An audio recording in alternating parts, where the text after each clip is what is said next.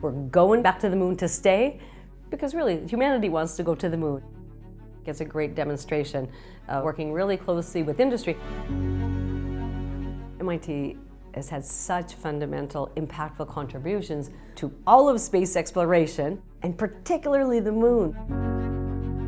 The first contract NASA ever gave for the Apollo program, it was to MIT, and we provided the guidance, navigation, and control.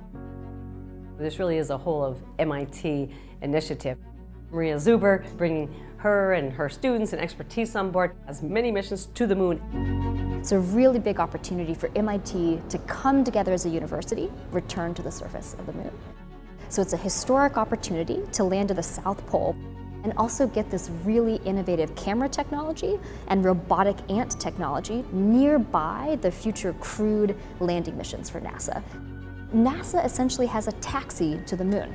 It's called the CLIPS program. This essentially allowed us to directly charter the payload space to get to the moon, and what that has enabled is that the students directly have this opportunity to build and deploy their own payloads.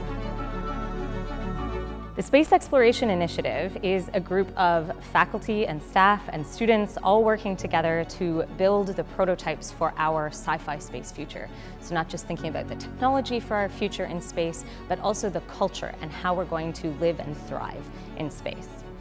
So MIT has 3 payloads that will be going to the lunar surface. This 3D camera is really exciting because it not only takes color images, but it also uses LiDAR. What that means is we can actually see a 3D color picture of something that's on the lunar surface. The Astriand is a tiny robot and be working on the outside surface of a spacecraft and build an on-body sensor network for them.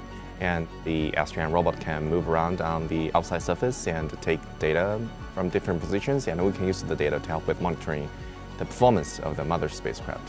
We took inspiration from Seven Eves, the space sci-fi book, to say, how can we take this very versatile little robot and turn it into something that could survive in space, that crawls over large spacecraft, like space stations in orbit, or in our case now, a rover on the surface of the moon. Even a few years ago, it seemed a little bit science fiction-y that we might really be traveling to other planets, but look how much has changed. And so it's incredibly important that we send messages out into space, to the moon and elsewhere, that represent what life here on Earth is.